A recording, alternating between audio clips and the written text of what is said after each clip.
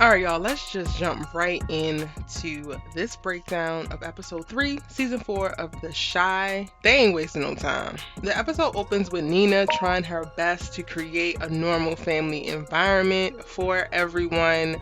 And I think that this is a really great way to start the episode because we can see that there's so many other outside factors pulling at each member of this family, and it's pulling them away, it's distracting them, it's making them irritable, it's making them angry, it's making them depressed, and you can just really see those things manifested as they navigate this different scene. So Kevin is sitting there eating breakfast, getting ready for school, watching something on his phone, completely checked out, which is synonymous where he is kind of like in life right now. He's been using illicit substances, he's been smoking, he's been doing a bunch of things to numb himself from the pain of the trauma that he's experienced, both while witnessing Jake be harassed and abused by the police officers in this season, as well as I think a lot of the other trauma from past seasons. Like, he's currently living with his sister who was abducted, and that stressed him out a lot last season. He was really worried about her. He really felt guilty about specific things that happened between them, and now she's home and she's pregnant by her abductor, and he has his feelings around that. He wants to be there for her. He loves her. He loves Kiesha to death, but he's still her little brother. He still has all of these other emotions and feelings going on, and I see a lot of times he's conflicted in how he engages with her. Sometimes he gives her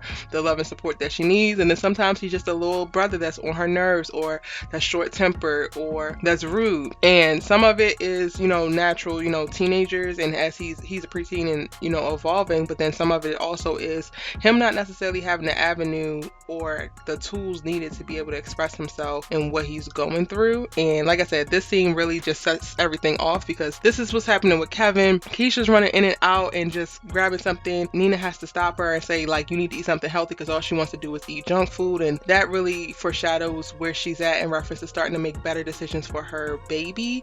And one thing I talked about in the last episode breakdown is that I think Kiesha's going to struggle with actually putting the baby up for adoption.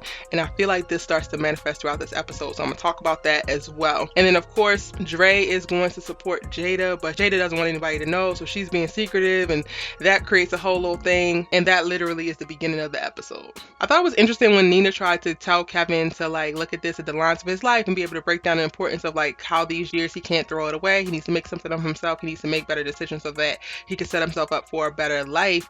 And then he literally comes back with all these examples of people who didn't do it or who made mistakes. And it's like, sir, you're not all those people, and you're also making very, very different tragic mistakes while this goes along. So I'm looking forward to seeing what's going to happen in reference to the shifting of Kevin's mindset, because it's literally, he's still on a downward spiral. The only thing I struggle with this episode is the understanding of the amount of time that has passed between last episode and this episode. At first glance, it's like, okay, that not much time has passed. I think this is the next day, because both Kevin and Jake are suspended. Jake is suspended for the sexual acts that he was doing with the young lady in the bathroom, and Kevin is suspended for, getting high and throwing up and getting sick and all that kind of stuff on the college tour. But it seems like it's a little bit more time has passed once we get to, the scene with Rashad, Trig, and Jake, because Jake literally falls in cahoots with Rashad like he's known him for forever, and I feel like this is the first time that they've ever met. And we start to see Jake kick up a little dust and have attitude towards Trig, and I'm like, sir, just last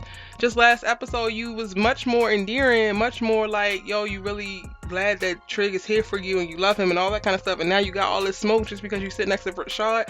Like, he got to go, Trig. And I hate to see it, but Jason Weaver is playing the hell out of this non-reformed, recently released felon. Like, he is literally playing the stereotype down to a T. Like, yo, Rashad is not with it. He doesn't necessarily want anything good to happen. He is, I guess, trying to navigate, what it looks like after getting out, but he also doesn't seem to be taking any positive step forward on his own, and Trig has to push him to do certain things. Like, he forces him to work for Imani. He forces him to get up and tells him to clean up and do something around the house because, look, you ain't paying, you ain't making no money, you ain't doing this, you ain't doing that. He forces him to do things that's going to keep him straight with his PO, and it's like, sir, you want to stay out or you don't? You want to get right or you don't? You want to live or you don't? Which one? There's so much happening in this episode between Emmett and Tiff. now that Tiff has come home after she'd have slept with Dante in revenge sex for Emmett sleeping with Dom, even though I'm just like, this whole thing, I just wonder, like, why was it not said that it happened before they got married? Like, I feel like timing matters, and the fact that she doesn't know that and she decided to do that while they were married, it's like, I know he was dead as wrong still. Like, he was wrong, he cheated, he has been cheating on her, he has been putting her through different things. However, this happened before the wedding, and that did not come up, not at one point. They barely even talked about it. It was literally just a bunch of back and forth, and Tiff just throwing the sex with Dante in his face throughout this episode. And we're going to talk about that, but there's so much happening between Tiff and Emmett, fighting about infidelity in their relationships, Jada going to the doctors and finding out that she needs to get on chemo, and then making sure that Drake keeps it from everybody, including Nina, Emmett being pissed with Jada because she's dating a masseuse and she don't even get a chance to tell him about what's going on. He's spiraling, literally lashing out. Only person that he's pretty much nice to, I believe, in this whole episode is Kiesha. And Kiesha tells him the truth that he needs to definitely hear. I love their friendship. It's so funny because in my last episode breakdown video, in the comment section, a couple of y'all were talking about seeing them get back together. And it's just like, dang, if they get back together, then they won't have this friendship. But they do seem like they're in such a much healthier place as people. Like, they definitely have mess in their lives, but as people, they're in a much healthier place. And when they were dating, it was a hot, tragic mess, if you can even call it dating. But so it's a lot happening in this episode. Kiesha is struggling with her thoughts around her pregnancy. She's wondering if she should keep it or not. We get this little hint when we see Tiff drop off, their baby to Emmett, and she kind of like watches him play the game. Dom starts to worry about if Tiff got smoke for her. They just started this new edible business, and Dom really likes Tiff, and now she's very, very concerned most of the episode that Tiff is going to, have smoke for her now that she found out that she slept with Emmett at some point. It's just a lot happening. Kevin can't seem to get on the same accord with Gemma, but he also don't want Gemma to be with nobody else or to have any other interactions because he's jealous of Jake, because Jake goes and does the interview that Gemma begged him to do that he refused to do. Gemma and Jake starts to cultivate this new friendship. Like, child, there's a lot happening in this episode. And aside from all the little petty drama that's happening around, I think the biggest thing of this episode that I really, really enjoyed, well, there's two. There's a conversation around sex workers and support and rights and normalizing saving girls who are choosing sex work, but not necessarily in circumstances that are conducive and healthy for them and not the thing they chose. So, and I want to really talk about this. Maybe I'll do another video because I love what Imani said to Trig towards the end of the episode, where she's like, oh, this girl isn't worthy of your help, when she's trying to get Trig to help her get this girl that comes into the shop out because she's terrified and clearly she's being held against her will. And he's like, well, she chose sex work, she's gonna have to fend for herself. And there is a conversation to be had about people who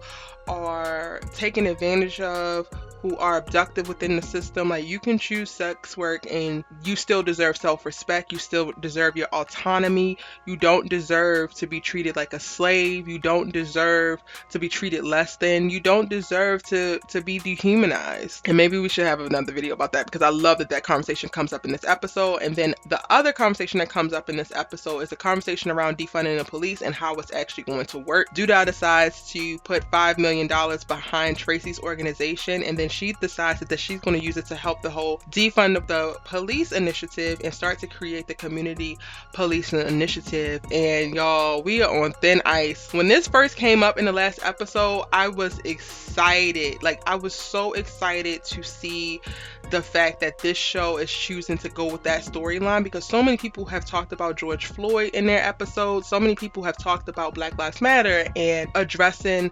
the police harassment and abuse within the Black and other people of color communities, as well as the systemic racial injustices that are happening in our systems. But I have yet to see a show talk about defunding the police, and that was a very big conversation during the height of a lot of these movements.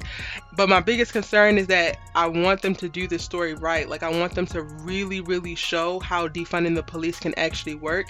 And so far, so good. Like, it's not going to be the easiest switch to switch on and off, but they're doing the dang on thing. Tracy recruits Trig, and then he gets on board, and they literally start going through the neighborhood and addressing certain things, one of which is a domestic violence situation, and they handle it as a community without the police.